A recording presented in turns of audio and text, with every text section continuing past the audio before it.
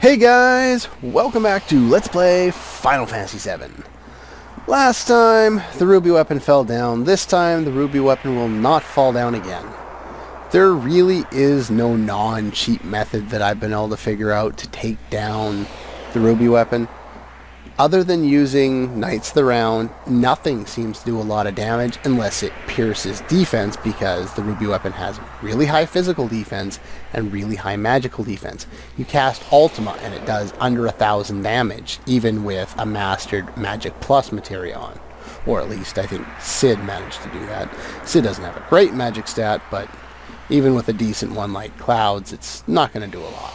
The only thing that really did, above, say, 5,000 damage was Pandora's Box. And Pandora's Box, breaks the damage, or not breaks the damage limit, but ignores defense. So that could work if you're patient enough. I'm not. Even like you're trying to use 4 times cut with, or quad cut, or whatever you want to call it, with, Cloud and, Barrett and Yuffie and Sid. Doesn't matter who I use, they all dealt like 3,000 or less damage, so it's not worth it, and it's going to take way too long. So anyway, abuse Knights around when you want to do that. Other than that, I think I've pretty much covered everything in this game. Even got to show off all lucky 7s, believe it or not. Don't think there's much else I could show off. I could go off and show off everyone's limit breaks, and yeah, I guess there might be interest in it. Just not enough interest for me to waste all that time to do that. It's just not worth it. Anyway, as far as my characters are right now, might as well show my final setup for the last boss gauntlet. Ultimate weapons all around, missiles, and ribbons. Final boss can inflict confusion, and if you don't have a ribbon on, you can go, oh, I have Slash all equipped. In this case I don't, but in a former life I did, and I one-shotted my whole party. Yeah, it was not fun. And of course, if you one-shot your whole party while in Confuse, the effects of Final Attack and Phoenix will not apply, so it's game over, which is not a lot of fun. Anyway, as far as materia goes, Master Summon, HP Absorb, well, I'll use it once, but that's about it. Enemy skill, mastered double cut, all the standard stuff. Long range, so I can put him in the back row with everyone else. W summon in case I feel like using it.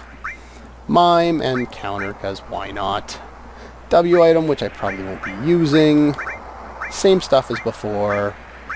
Phoenix and final attack, if by some miracle I end up dying, though I don't think that's possible.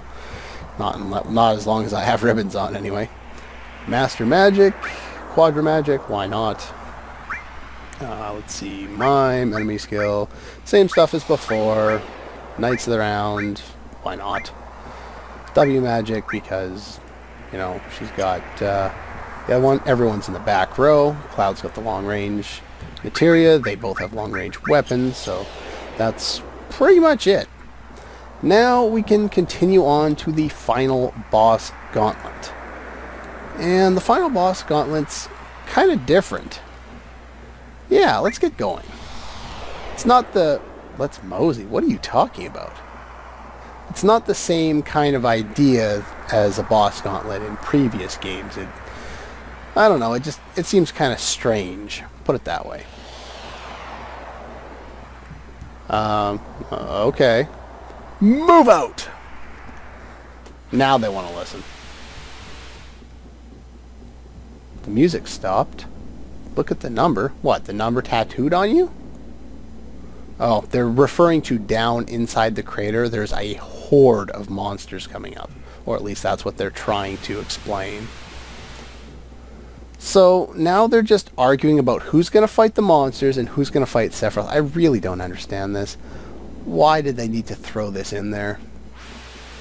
I guess they wanted to show an excuse at why everyone's not going to fight Sephiroth all at the same time, but we've been doing the same thing all game, putting 3 people in the party. Practice run? It's not a major practice run. We'll probably get 2 or 3 battles on the way down. Well, at least Yuffie's got a little bit of logic to her. Fun to pass... No, probably not. Not in any realistic sense, in the sense that I can mop the floor with pretty much anyone you put in front of me. That's kind of funny, and it would be fun to fight those types of enemies. But I'm assuming it's not supposed to be this easy. The problem with ultimate weapons is they really take out any semblance of challenge in the game. Anyway, later. Okay. Of course we will. And now we get Novamusik. Kind of an interesting thing to put here. Then again, there's the one sequence earlier in the game, in another part. This is the Iron Man I was mentioning before. 20,000 HP. Anyway, this is how powerful ultimate weapons are.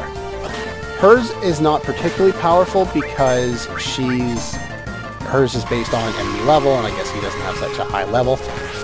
But take a look at Cloud trying to use 4 times cut. And he's got a barrier on, so that's not helping. Normally, it would do nearly max damage each hit, and you basically have no challenge.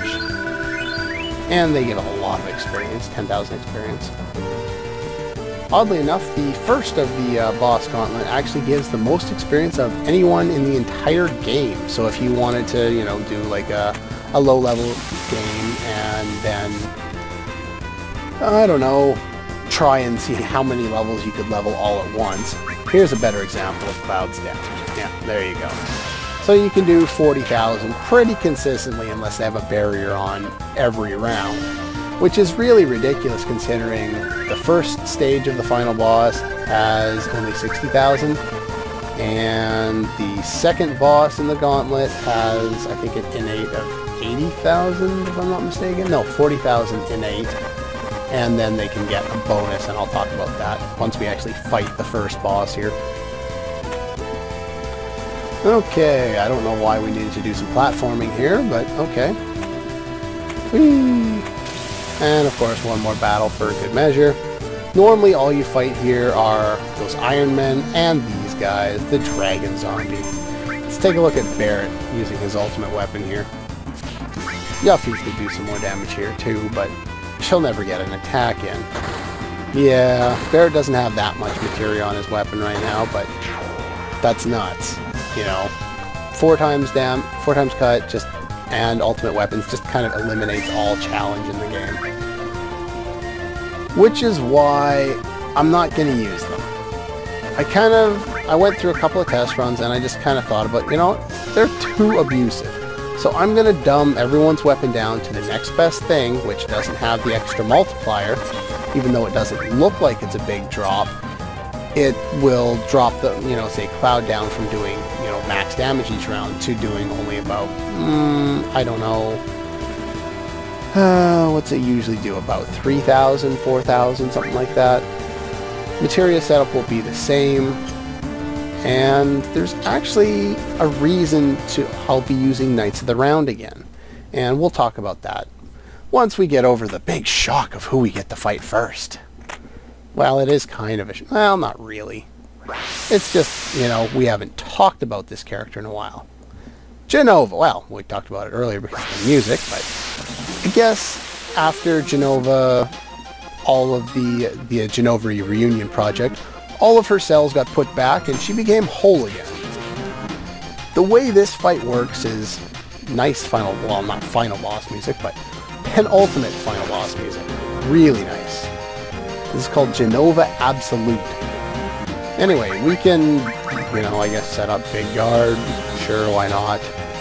She's got 60,000 for herself, and one of the arms has 10,000. The other one has, I think, 8,000. Not a lot to worry about. Let's use something that's not going to hurt a lot. Let's use Pandora's Box. Why not? And then we'll use... Oh yeah, she absorbs poison damage and is invulnerable to earth and gravity. So, I don't know.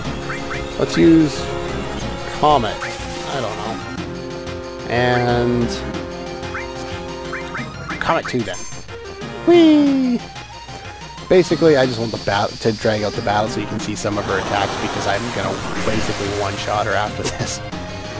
The reason for this is there are 2 more bosses, and these 2 bosses each will get a boost in HP if you use Knights of the Round to take out Genova Synthesis, though it doesn't say that. Yeah, Genova Synthesis.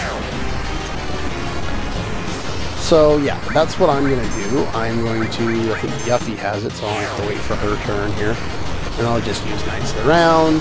Hopefully I don't one-shot her with Comet. Oh, hurry up. Taking too long. There we go.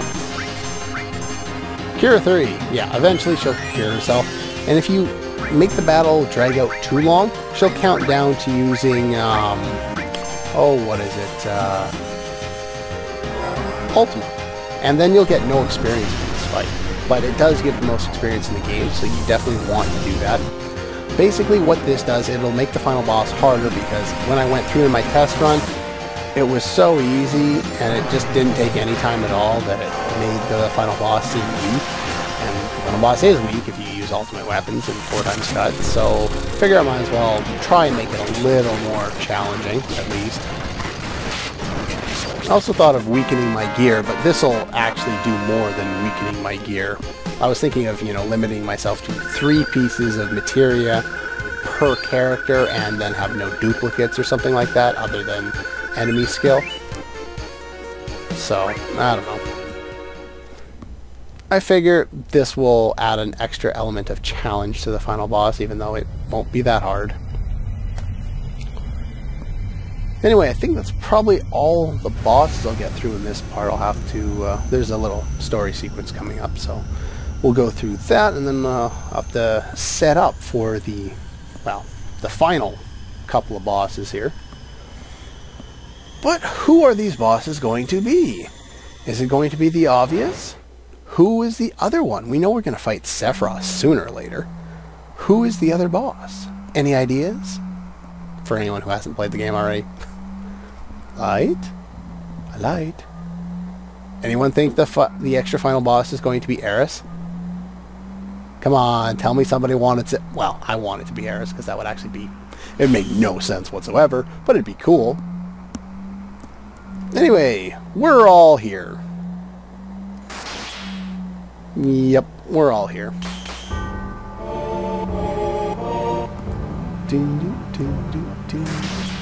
And here is Sephiroth. Basically, Sephiroth is balls to the wall, way overpowered from the way they describe him in this sequence. Unfortunately, once you get into the actual fight, not really so much. Yeah, they really should have upped his, the intimidation factor once you actually get into the fight, instead of just, outside the fight. Oh well. But he's the final boss, and as final bosses go, he does a kick-ass job. He really does. He's one of the more interesting final bosses because of all the build-up, that he's given over the course of the game. The fact that what's riding on what he's trying to do, everyone's trying to take over the world or destroy the world. He's trying to destroy half the world, become a god, and then enslave what's left, basically. But Holy is in the background trying to fight him off or something. Anyway, what happens here is we get a chance to split our parties up. This is determined by a number of things. In my case, I'm supposed to split my party into 3 groups.